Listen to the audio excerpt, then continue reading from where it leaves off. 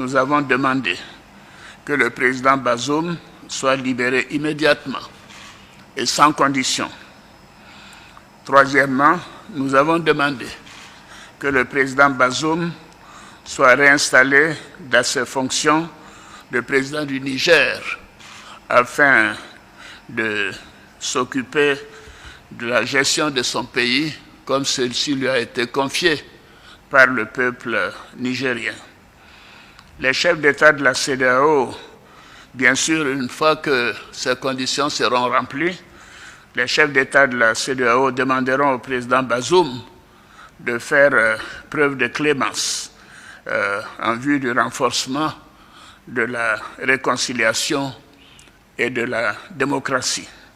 Nous avons réaffirmé aussi que les putschistes seront tenus pour responsables pour tout ce qui pourrait arriver au président Bazoum, à son épouse, aux membres de sa famille et à toutes les personnes détenues avec lui.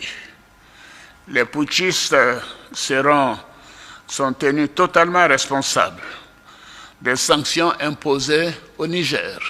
C'est un point qui a été relevé par tous les chefs d'État. S'il n'y avait pas eu de tentative de coup d'État, il n'y aurait pas eu de sanctions sur le peuple nigérien, frère. Et nous tenons à le souligner.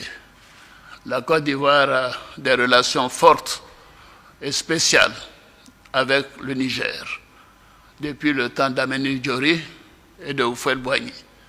Et nous souffrons de voir le peuple frère du Niger soumis à des sanctions. Fermeture de banques, commerce interrompu, diminution de fourniture d'électricité, mais nous tenons à dire que cela est la faute des putschistes. S'il n'y avait pas eu de tentative de coup d'État, cela ne serait pas arrivé. Je tiens à le souligner. Alors donc, je demande personnellement, et les chefs d'État l'ont dit, nous demandons aux putschistes de mettre fin à la souffrance des Nigériens. Ça fait plus d'une semaine que ce pauvre peuple n'a pas d'électricité dans la plupart des régions. La nourriture commence par manquer. La famine pourrait s'installer dans le pays. Les gens ne peuvent retirer que 10 000 francs par jour et encore, ainsi de suite. Il faut mettre fin aux souffrances des Nigériens. Alors, la CEDEAO, vous savez, a fait sa part. Elle a dépêché plusieurs émissaires, dont le président Abdou Salam Aboubakar et le sultan de Sokoto, Saad Aboubakar. Mais ils n'ont pas été reçus par le chef de la junte et les putschistes. Cela est contraire à nos traditions africaines et constitue un manque de respect pour ces hautes personnalités, pour le Nigeria et pour toute la CEDEAO. Ce n'est pas acceptable.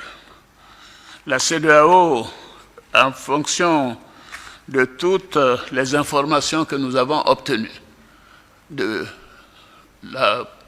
constat de manque de volonté de la part des putschistes de rendre le pouvoir au président démocratiquement élu, la CEDEAO, les chefs d'État ont décidé d'activer la force en attente et de déployer cette force pour rétablir l'ordre constitutionnel au Niger.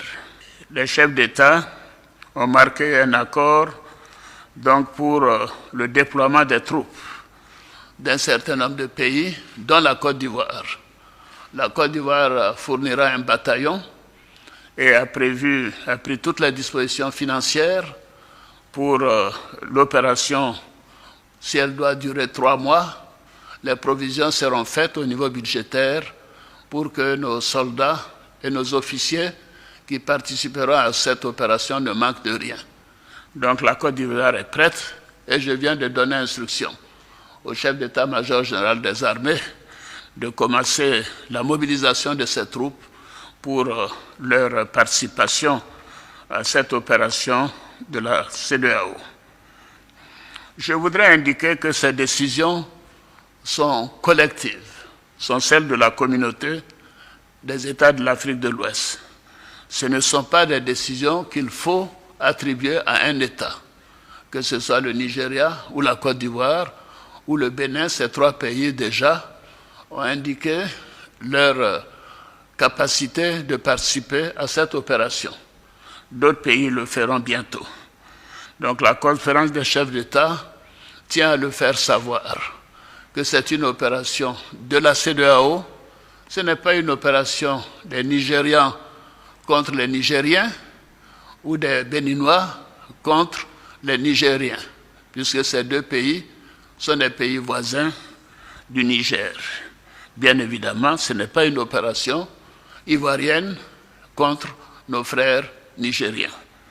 Mais nous sommes déterminés à réinstaller le président Bazoum dans ses fonctions de président démocratiquement élu de la République du Niger. Nous appliquons ainsi les textes et les protocoles de notre communauté. Alors, notre objectif, comme vous le constatez, est la paix et la stabilité dans notre sous-région.